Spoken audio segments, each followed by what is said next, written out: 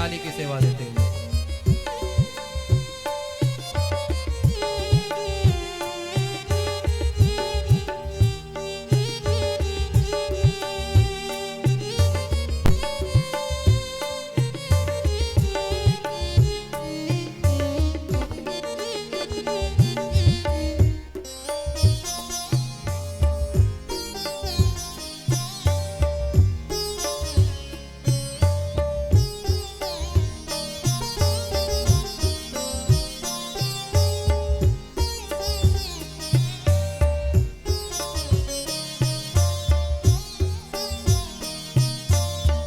राधे राधे गोविंद राधे राधे राधे राधे राधे राधे गोविंद राधे राधे राधे राधे राधे राधे गोविंद राधे राधे राधे राधे राधे राधे गोविंद राधे राधे राधे राधे भला हूँ बुरा हूँ जो हूँ तेरा ही हूँ राधे भला हूँ बुरा हूँ जो हूँ तेरा ही हूँ राधे भला हूँ बुरा हूँ तेरा ही हूँ राधे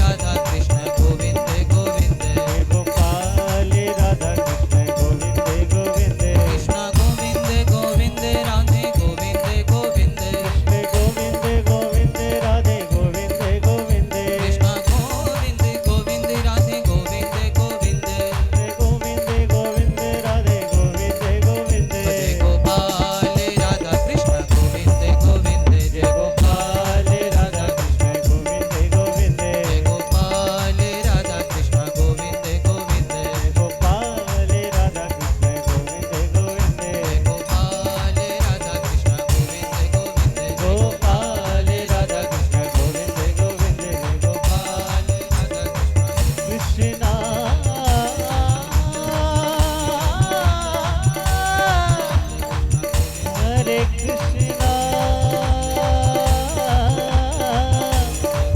हरे हरे हरे कृष्णा हरे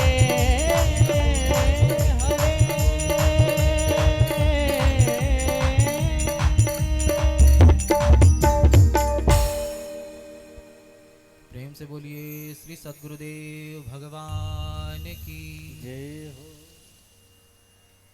श्री भागवत महापुराण की जय हो सुखदेव जी महाराज की जय परीक्षित जी महाराज की जय गंगा मैया की जय हो गौ माता की जय हो सब संतों की जय हो सब भक्तों की जय हो हरि ओम नमः पार्वती पतये हर हर महादेव।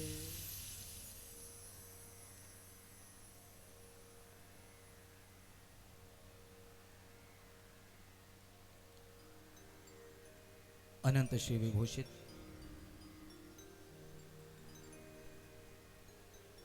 प्रातः स्मरणीय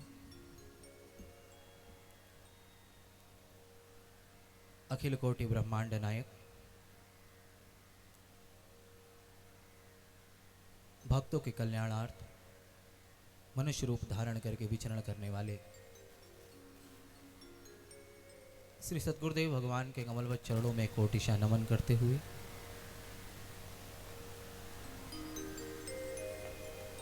श्री भागवत भगवान की वंदना करते हुए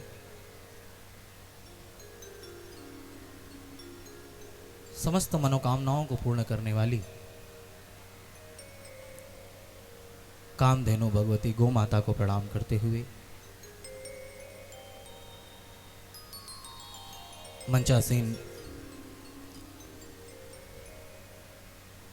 हम सभी पर कृपा करने के लिए श्रीधाम वृंदावन से पधारे राम जानकी कुंज आश्रम से स्वामी श्री नरोत्तम दास जी महाराज आपके चरणों में नमन करते हुए मंच पर विराजमान सभी विप्रगण सभी विद्वज्जन तथा जितने भी श्रोतागण आप सभी यहाँ उपस्थित हैं आप सभी के हृदय में विराजमान परमात्मा को मैं प्रणाम करता हूँ।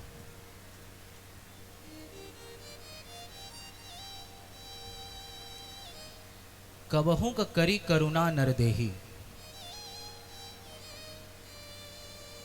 देत ईस बिनु हेतु सनेही।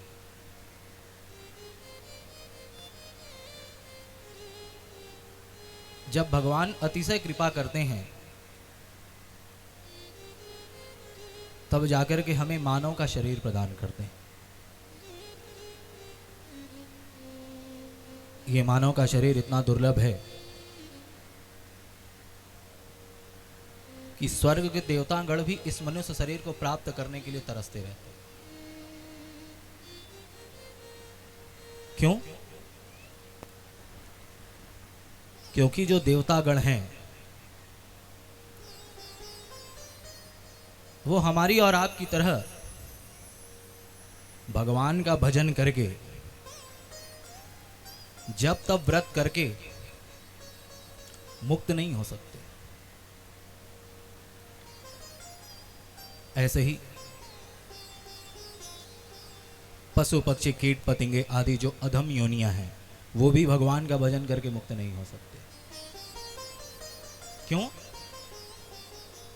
क्योंकि जो स्वर्ग के देवतागण हैं वो अपने पुण्य की बेड़ियों से बंधे हुए हैं। जब तक उनके पास पुण्य है तब तक तो स्वर्ग में खूब आनंद लेते हैं, लेकिन जैसे ही पुण्य समाप्त होता है क्षिणे पुण्य मर्त्य लोकम विशंति, उन्हें पुनः इस मृत्यु लोक पर आना पड़ता है। 84 लाख योनियों में भटकना पड़ता है। पशु पक्षी कीट पतंगे आदि जो अधम योनियां हैं वो पाप की बेड़ियों से बंधे हुए हैं, वो भी भगवान का भजन करके मुक्त नहीं हो सकते। जैसे जब तक हमारे जेब में पैसा है तभी तक हम लोग 5 स्टार होटल में रह सकते हैं। यदि जेब से पैसा समाप्त हो जाए तो हमें होटल से बाहर निकलना पड़ता है, और न निकले तो होटल वाले धक्के मार करके निकाल देते। ठीक उसी प्रकार से देवताओं के पास जब तक उनके पुण्य की पूंजी होती है तब तक तो स्वर्ग में खूब आनंद लेते हैं, लेकिन जैसे ही पुण्य समाप्त होता है उन्हें पुनः चींटी बनना पड़ता है, गधा बनना पड़ता है, कुत्ता बनना पड़ता है, 84 लाख योनियों में भटकना पड़ता है। बोलो राधे राधे। सबकी आवाज नहीं आई भाई, पीछे वाले भी थोड़ा जोर से राधे राधे। एक बार माता रुक्मिणी भगवान श्री कृष्ण को भोजन करा रही थी। भोजन करते करते करते करते अचानक भगवान कृष्ण हंसने लगे। माता रुक्मिणी ने पूछा, प्रभु आप अचानक हंसे क्यों? भगवान कृष्ण ने कहा, देवी कोई बात नहीं, बस ऐसे ही हंसी आ गई।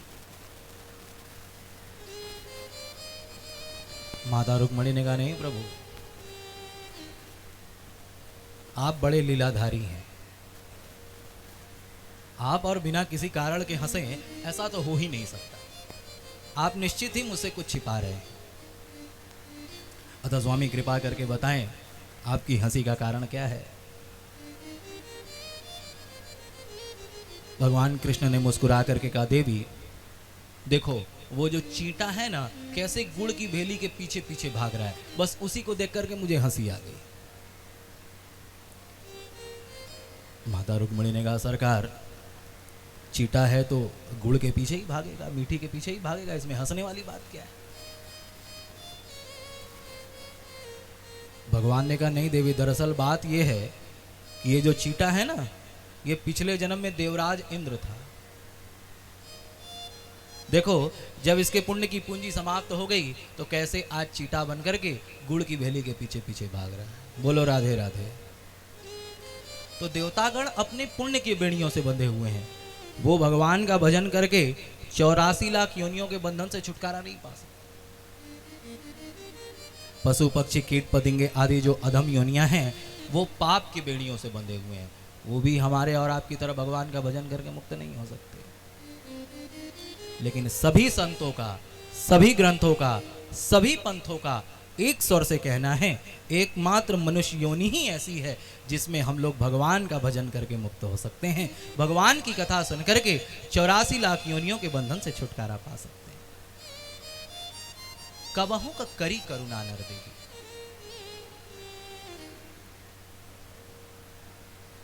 हम सभी को एकांत में अपने आप से एक प्रश्न अवश्य करना चाहिए।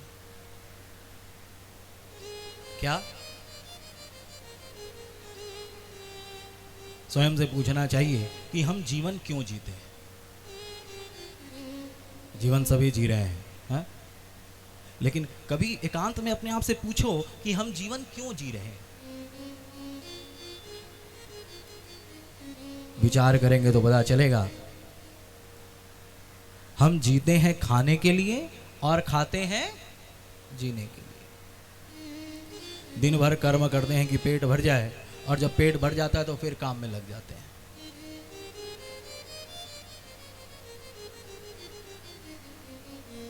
तो अपने आप से पूछना चाहिए कि हमने अपने जीवन में क्या किया। आप कहेंगे महाराज कैसे नहीं किया। हमने तो अपने बाल बच्चों को पाल पोस करके बड़ा किया, हा? उन्हें पढ़ाया लिखाया, उनकी नौकरी लगवाई। तो किसी संत ने बड़ी सुंदर बात कही है, बच्चे बनाकर पोष कर पशु भी बड़े कर देते हैं। अपने बाल बच्चों का पालन पोषण करके तो एक पशु भी उन्हें बढ़ा कर देता है। खाते सभी, पीते सभी, निद्रा स्वप्न भी लेते हैं। देखो जो आनंद हमें और आपको 56 प्रकार का व्यंजन खाने में मिलता है ना, वही आनंद एक सुअर को कीचड़ खाने में मिलता है। जैसे एक बार नारद जी ने किसी सुअर से पूछा, क्यों भाई, क्या तुम भगवान के बैकुंठ लोक चलना चाहोगे?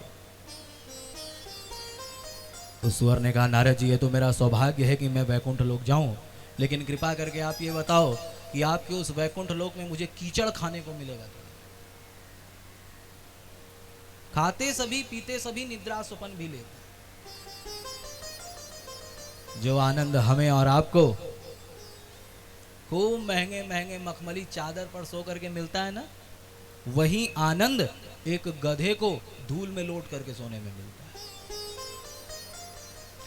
खाते सभी, पीते सभी, निद्रा स्वपन भी लेते हैं, पशुसम नहीं जीना भला, गर्देह मानुष की धारी, पालो सनातन धर्म को, क्यों बना हुआ है व्यभिचार। भगवान ने कृपा करके जब हमें मानव का शरीर दे दिया, इस मनुष्य शरीर को पा करके हमें अपने जीवन जीने का लक्ष्य बनाना चाहिए। हम सभी जीवन तो जी रहे हैं, लेकिन लक्ष्यहीन जीवन जी रहे हैं। जीवन हमें भी मिला है, हम भी जीवन जी रहे हैं, जीवन पशु पक्षियों को भी मिला है, वो भी जीवन जी रहे हैं। जैसे काम क्रोध लोभ मोह राग द्वेष हमारे भीतर है, ऐसे ही काम क्रोध लोभ मोह राग द्वेष भी पशु पक्षियों के भीतर भी है। आप देखो, किसी सर्प को यदि कोई थोड़ा सा छेड़ दे तो तुरंत उसे काटने के लिए दौड़ पड़ता है। हमें भी कोई दो चार बात कह दे तो हम भी उसे मारने के लिए दौड़ पड़ते हैं। तो हमारे क्रोध में और उस सांप के क्रोध में कोई अंतर है क्या? एक कुत्ते के मोहल्ले में दूसरा कुत्ता चला जाए तो उसे भौं भौं भौं भौं करके भगा देता है। हम लोग भी आपस में ये मेरा है, ये तेरा है, ये मेरा है, तेरा है करते हुए लड़ते रहते हैं। तो हमारे क्रोध में और उस कुत्ते के क्रोध में कोई अंतर है? अतः हमें अपने जीवन जीने का लक्ष्य बनाना चाहिए। महापुरुषों ने अपने जीवन जीने का लक्ष्य बनाया।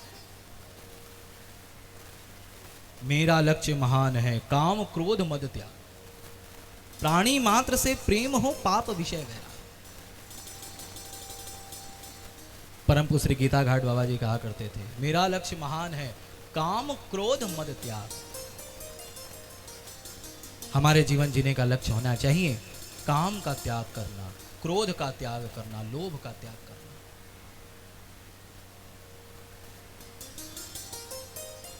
गीता जी में भगवान ने कहा, हे पार्थ, यदि किसी को नरक जाना है तो वो काम को स्वीकार करे, क्रोध को स्वीकार करे, लोभ को स्वीकार करे, सीधा नरक जा सकता है। अच्छा, किसको किसको नरक जाना है, एक बार हाथ उठाओ। हैं? किसी को नहीं जाना है। किसको किसको भगवान के धाम जाना है, आप थोड़ा हाथ उठाओ। भाई मैं पता है कि आज कलश यात्रा थी, ऐसे ही कलश लिए लिए तो कथा भी आज बहुत देर से 5 बजे कथा विराम का समय, तो 5 बजे कथा शुरू ही हो रही है। बोलो राधे राधे। तो एक बार दोनों हाथ ऊपर उठा करके बोलो भागवत महापुराण की जय। भगवान श्री कृष्ण महात्मा अर्जुन से कहते हैं, पार्थ, क्या तुम्हें पता है संसार में सुखी कौन है? हम लोग क्या समझते हैं, जिसके पास बहुत धन है वो सुखी है,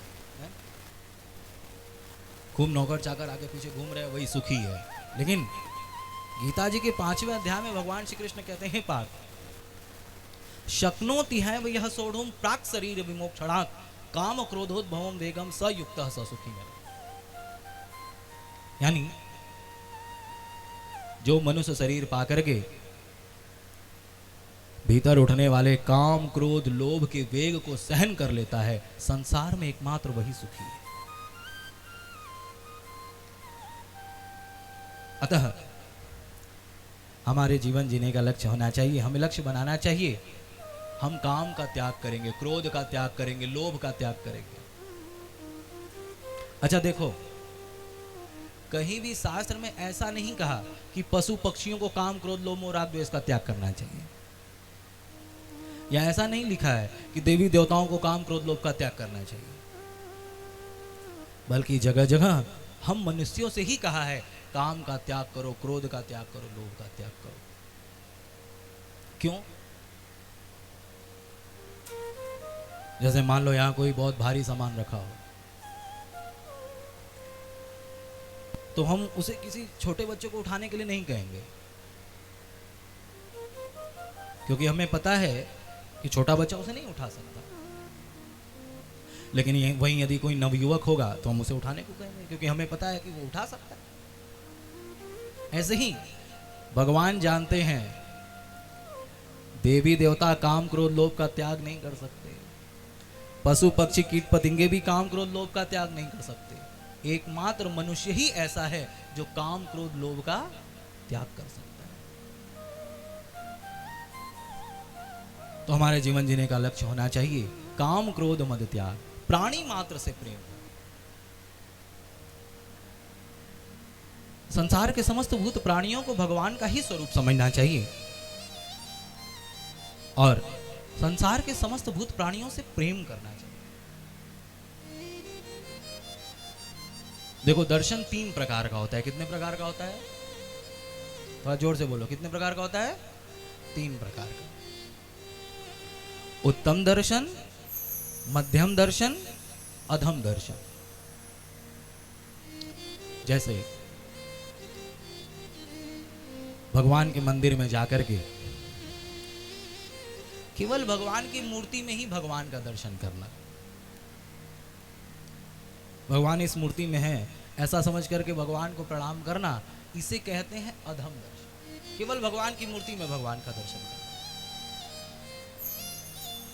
लेकिन भगवान की मूर्ति में भी भगवान का दर्शन करना, साथ ही साथ जो संत हैं, महापुरुष हैं, जैसे हमारे बीच स्वामी जी महाराज पधारे, ऐसे संतों में भी भगवान का दर्शन करना। ये कौन सा दर्शन है? मध्यम दर्शन। उत्तम दर्शन क्या है भाई? मूर्ति में भी भगवान का दर्शन करना, संतों महात्माओं में भी भगवान का दर्शन करना, साथ ही साथ संसार में जितने भी प्राणी दिखाई पड़ रहे हैं, समस्त भूत प्राणियों में परमात्मा का दर्शन करना, यही उत्तम दर्शन करना कहलाता है। एक भक्त हुए हैं, भक्त एकनाथ जी महाराज। एक बार भक्त एकनाथ जी महाराज ने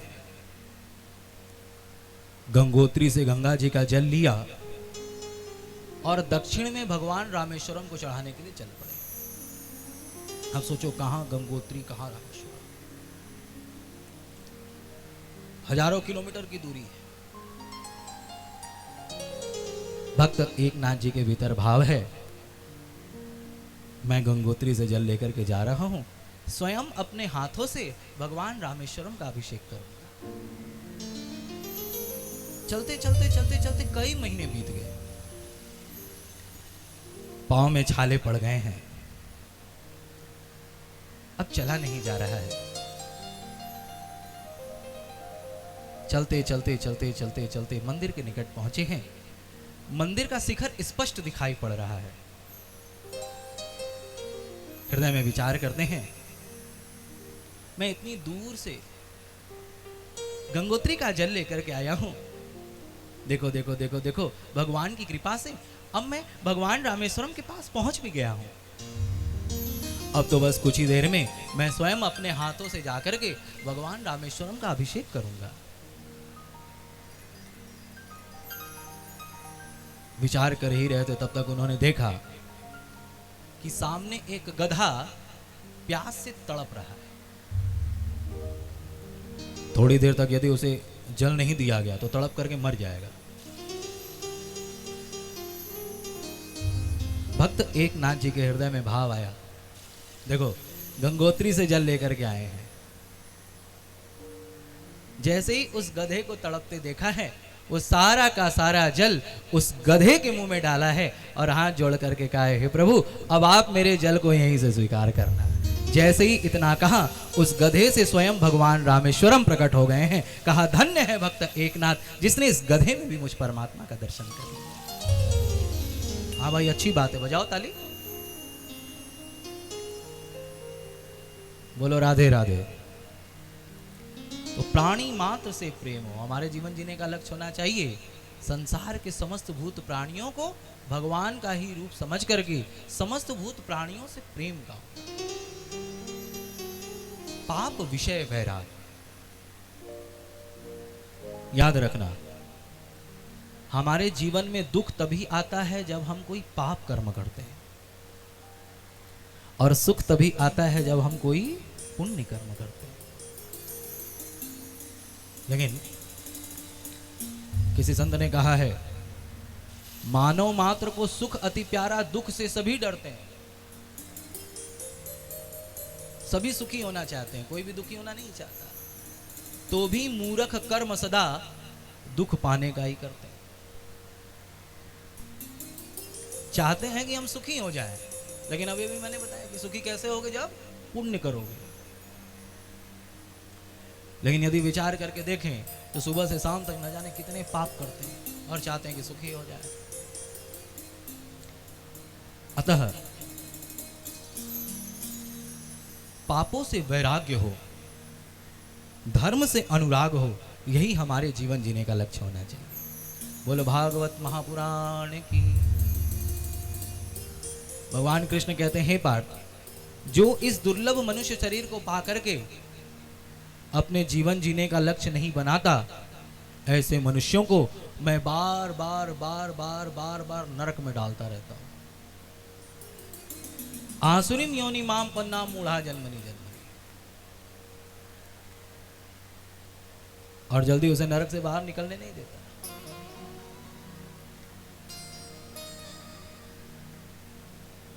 किसी राजा के राज्य में एक भंगी रहता था। भंगी सभी लोग समझते हो ना, जो नाले आदि को साफ करने का काम करता है। एक बार राजा ने उसकी सेवा से प्रसन्न होकर के उसे एक सोने की टोकरी दे दी। क्या दे दी? सोने की टोकरी। कि भाई ये इतनी ईमानदारी से सेवा करता है, चलो इसे सोने की टोकरी दे दे। राजा ने सोचा कि भाई मैं इसे सोने की टोकरी दे दूंगा तो इसे बेच करके ये अमीर हो जाएगा, फिर ये कीचड़ धोने का काम नहीं करना पड़ेगा। लेकिन उस सोने की टोकरी को पा करके भी वो भंगी उस सोने की टोकरी में भी कीचड़ ढोने का ही काम करने लगा। बोलो राधे राधे। और जब राजा ने देखा, राजा को पता चला, राजा ने गुस्से में आकर के उससे सोने की टोकरी वापस छीन। ठीक उसी प्रकार से कवहू का करी करुणा कर दे। भगवान ने कृपा करके हमें मानव शरीर रूपी सोने की टोकरी दी। इस मानव शरीर को पा करके जब हम इसके मूल्य को नहीं समझते और इस सोने की टोकरी से भी काम, क्रोध, लोभ, मोह, राग, द्वेष रूपी कीचड़ को ही ढोने लगते हैं, तो भगवान भी हमसे इस मनुष्य शरीर रूपी सोने की टोकरी को वापस छीन लेते हैं और काम, क्रोध, लोभ, मोह, राग, द्वेष रूपी कीचड़ को ढोने के लिए फिर से कभी कुत्ता बना देते हैं, कभी गधा बना देते हैं, कभी घोड़ा बना देते हैं। बोलो राधे राधे। भगवान को प्राप्त करने का सबसे सरल यदि कोई साधन है तो वो है भगवान की कथा। श्रीमद् भागवत महापुराण की कथा हम सभी श्रवण कर रहे हैं। भागवत की कथा कोई कहानी नहीं है, कोई इतिहास नहीं है, कोई फिलॉसफी नहीं है। कहते हैं प्रत्यक्ष कृष्ण है वही, ये साक्षात भगवान श्री कृष्ण